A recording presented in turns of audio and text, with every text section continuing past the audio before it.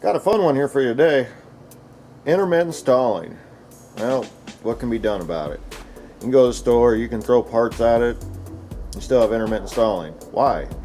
Well, it's not a part problem. Sensors rarely fail. I mean, they do, but other times than that, there's a reason why you have an intermittent stall. Well, we're going to get to it today, so let me show you some of the tips and tricks I've learned over the last 20 years on how to solve these problems. This Oldsmobile, we've been trying to go through and diagnose why this battery cannot stay charged. And a couple things I've figured out so far is that we definitely have the same kind of issue going on that we did with the Blazer that was also uniquely an 89. But the material they used at the time just does not allow for good transfer of power. Ends up happening, you kill the battery because of the fact you can't get juice into it. Now someone put a lug bolt in here, which you're not supposed to.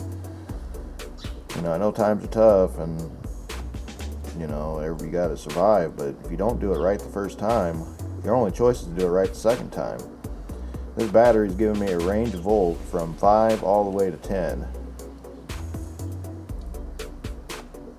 But you see, as it fluctuates, there's just not enough continual power to get through. So how do you correct this problem correctly? Well, you're gonna have to find a battery mom and pa stick built brick and mortar store to have them put new ends on, because with this one, even though it's tight and does have its battery hold down, because somebody decided to do a battery repair, which I'm going to show you right now, all this stuff's got to be fixed. Now if you're having stalling issues, or like in this case, we can't get this thing to start and there's nothing wrong with the engine, but look at this battery. I mean, we got rust and corrosion right here, so there's no way that's getting a good connection. We got dual posts, or dual terminal, excuse me, dual terminal here, which means there's one here, goes there, one, then there's two system powers here, one for computer, one for your starter. Most of the time, it's a ground issue. Well, what happens is someone tries to use a crescent wrench, strips it out, and by the time they get it out, or they have to drill it, in this case it looks like to me, and we're going to find out here in a sec, someone put a way too big of a bolt in, and even though it is the correct end, I mean, you can just start seeing where, I don't know if the camera's going to be able to pick this up, just how nasty and gnarly that bolt is. There's no way that's making a good connection, and I know that for a fact because every time this thing tries to start, it just falls on its face. And I've charged the battery for the last 2 days. So we know the battery's toast, but battery's toast because of a battery repair. That's what I'm saying here, folks. Battery repair. So yeah, alright, so we're going to take the battery out, get a new one in, and then pretty much resume with our intermittent stalling, because our actual issue is right down here that's causing it. But before I can diagnose and get into that, I've got to get this thing to start. So we start with the battery first and move on. 13. No, the battery's going to be at 12.6, but the thing is that terminals and the battery itself can't produce the load needed to kick the starter over. So you get a couple cranks and that's it. And then the battery's dead.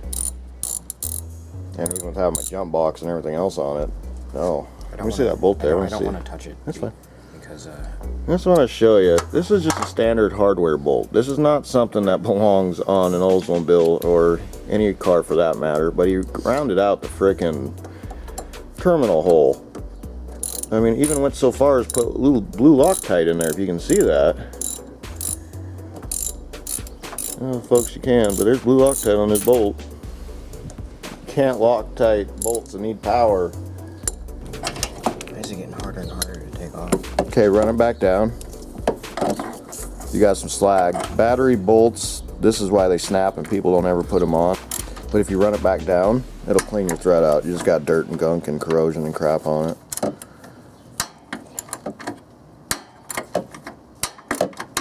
You feel it loosen up, now back it back up. See how much easier that is now? Now if it tightens up on you again, run it back down. Let me set hold down real quick. This right here has caused GM owners plethora of problems. And the sad thing is, it's less than $5. You can get it for free at the junkyard if you do it right. No, pay for your parts at your local junkyard, otherwise they won't be in business and you will have to pay an exorbitant amount of money to get these simple parts. Is there a way to get this off and clean it, or? Nope. That's unibody, buddy. You have to fix that in place. We can if you want. We can do that today.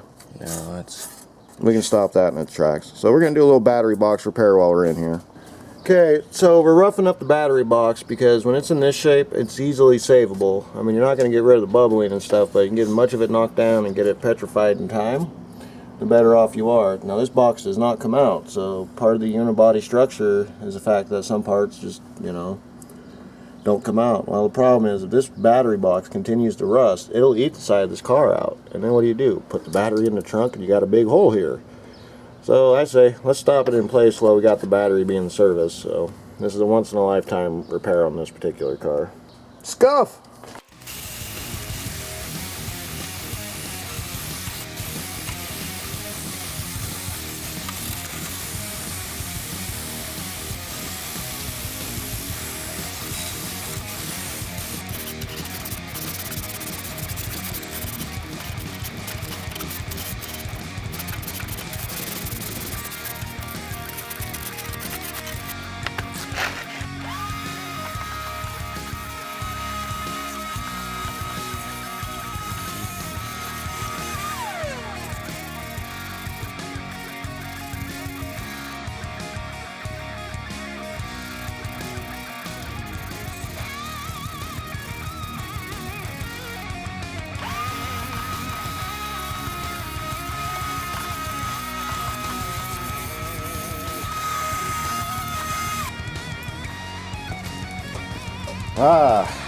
Painting 101.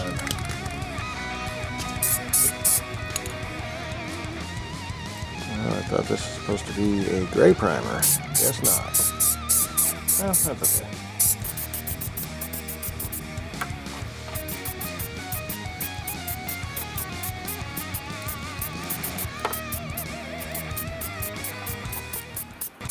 Now what I like to do is build primer it up. So go ahead and get a first coat down, give it 10 minutes, and then come back and hit it with a coat to build on. And that way it'll just sit there and eat the paint. You won't have to worry about eating the side of the car out. So let's give this some flash time and then we'll hit this again. Alright, so we're off to go get a battery and some cables made, and we'll be right back.